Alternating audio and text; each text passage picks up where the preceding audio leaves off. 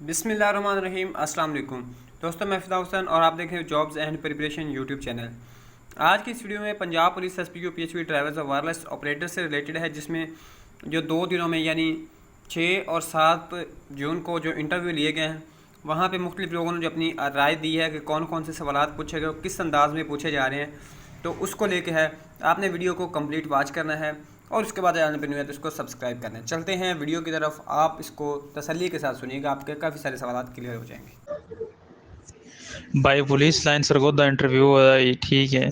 थोड़े काल ਵਿੱਚ ਜਾ ਕੇ ਉਹਨਾਂ ਸਾਨੂੰ ਪਾਇਆ ਉੱਥੇ ਸਾਰੀ ਮਤਲਬ ਅਟੈਂਡੈਂਸ ਹੋਈ, ਸਾਡੀ ਕਾਗਜ਼ਾਂ ਦੀ ਵੈਰੀਫਿਕੇਸ਼ਨ ਹੋਈ। ਫਿਰ ਅੱਗੇ ਉਹ ਹਾਈਟ ਵੀ ਸਾਰਿਆਂ ਦੀ ਚੈੱਕ ਕਰ ਰਹੇ ਹਨ ਤੇ ਜਿੱਦੀ ਉਹਨਾਂ ਚੈਸਟ ਹੋਵੇ ਥੋੜੀ ਮਾਲੂਮ ਹੋਵੇ ਬਈ ਸ਼ੱਕ ਹੈ ਉਹਦੇ ਤੇ ਉਹਦੀ ਚੈਸਟ ਵੀ ਕਰ ਲੈਂਦੇ ਹਨ ਦੁਬਾਰਾ।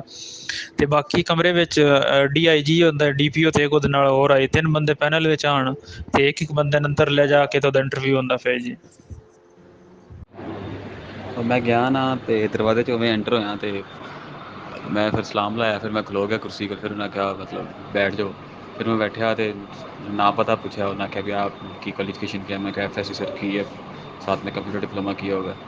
तो आंधे आजकल क्या कर रहे हैं। मैं सर मैं फ्री हूँ, मैं काम सीख रहा हूँ, काम करता हूँ। फिर आते अच्छा ये बताओ कि पाकिस्तान के जो सदर हैं उनका क्या नाम है। मैं कहा सर डॉक्टर आरफ अलवी। फिर कहते कि वो किस चीज़ के डॉक्टर है। फिर मैं दसिया कि वो डेंटिस्ट हैं सर। फिर आंदे कि अमेरिका के सदर का नाम दसो। मैं कहा सर जो बाइडन।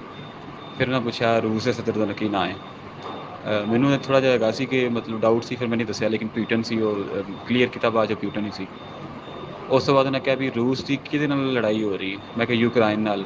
अहे ਉਹਦੀ वजह की है। मैं कहा यूक्राइन है ਜਿਹੜਾ यूरोपी यूनीਅन ਦੇ ਨਾਲ मतलब ਅਟੈਚਮੈਂਟ ਚਾਹੁੰਦਾ ਸੀ, ਇਸ ਲਈ ਅਲੱਗਾ ਹੋਇਆ ਸੀ ਤੇ ਇਸ ਕਰਕੇ ਉਹ ਇਹਨੂੰ ਰੋਕਦਾ ਸੀ ਕਿ ਤੁਸੀਂ ਉਹਦੇ ਨਾਲ ਅਟੈਚ ਨਾ ਹੋਵੋ, ਇਸ ਲਈ ਉਹ ਲੜੇ ਨੇ।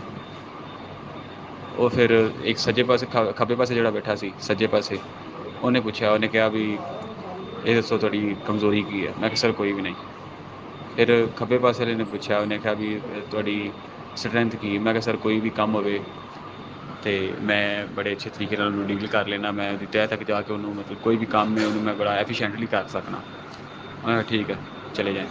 सबसे पहला क्वेश्चन है जी, मतलब कि पाकिस्तान के आइन कितने थे, वो आइन मतलब कि बताने हैं। उसके बाद लियाकत अली खान, पहले पाकिस्तान के वज़ीर आज़म कौन थे, वो मतलब कि हैं लियाकत अली खान है। उसके बाद है जी क्या बोलते हैं, मतलब कि पाकिस्तान के आइन कितने हैं, 53, 62 और मतलब कि 73 का आइन।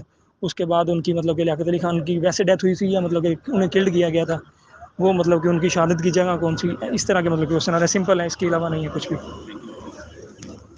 अस्सलाम वालेकुम यार। ना पहला क्वेश्चन पूछा अपना नाम, फिर वालिद का नाम, पाकिस्तान के कोई से 2 सहरा के नाम, पाकिस्तान के कितने आइन अब तक नाफिज हुए हैं, 2 हुए थे, 56 और 73 का। और एंड पे उन्होंने पूछा पाकिस्तान के मशरक़ में कौन सा मुल्क वाक़ है।